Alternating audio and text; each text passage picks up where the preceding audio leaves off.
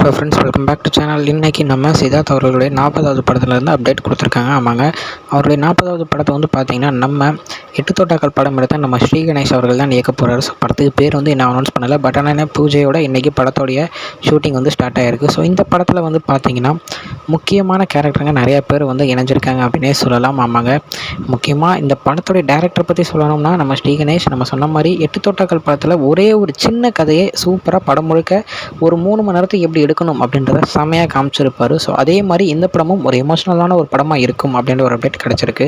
So இந்த படத்தில் வந்து பார்த்திங்கன்னா நம்ம சரத்குமார் சார் அவர்களும் நம்ம தேவயானி அவர்களும் நடிக்க போகிறாங்க. ஸோ சூரியவம்சம் படத்துக்கு அப்புறம் திருப்பி இவங்க 2 பேரும் ரீயூனைட் பண்ணுறாங்க இந்த படத்துக்கு. ஸோ 2 பேரும் அதாவது ஒரு ஜோடியாக வருவாங்களா இல்லை தனித்தனி கேரக்டராக இருக்கா அப்படின்றது படம்க்கு அப்புறம் இதுக்கப்புறம் அப்டேட்ஸ் வரும்போது தான் நம்மளுக்கு தெரிய வரும். ஸோ இது கூட நம்ம மீதா அவர்களும் இருக்காங்க, தென் நம்ம சைத்ரா அவர்களும் இருக்காங்க. ஸோ இந்த மாதிரி நிறைய பேர் உள்ளே இருக்காங்க. ஸோ நிறையா புது புது கேரக்டர்ஸ் வந்து கொண்டு வந்திருக்காரு நம்ம ஸ்ரீ கணேஷ் அப்படின்னு தான் சொல்லணும். ஏன்னா அவருடைய படங்களில் பார்த்தோன்னா ஒரு முக்கியமான ஒரு 3 கேரக்டர், அந்த 3 கேரக்டர் வச்சு படத்தை கொண்டு போவார். ஸோ இதுலேயும் அதே மாதிரியா இல்லை ஏகப்பட்ட கேரக்டர்ஸ் வருமா அப்படின்றது இதுக்கப்புறம் தான் தெரியும். ஸோ இன்றைக்கி இந்த பூஜைக்கான அப்டேட் மட்டும்தான் வந்திருக்கு. ஸோ இதுக்கப்புறம் ஒரு அப்டேட் வர கன்ஃபார்ம் நம்ம சேனலில் பார்க்கலாம். ஓகே ஃப்ரெண்ட்ஸ், இதுதான் இன்றைக்குள்ள அப்டேட். இன்னொரு உங்களை வந்து பார்க்குறேன். அது வரைக்கும் உங்கள்கிட்ட நடைபெறுறது உங்கள் ஜஸ்வின்.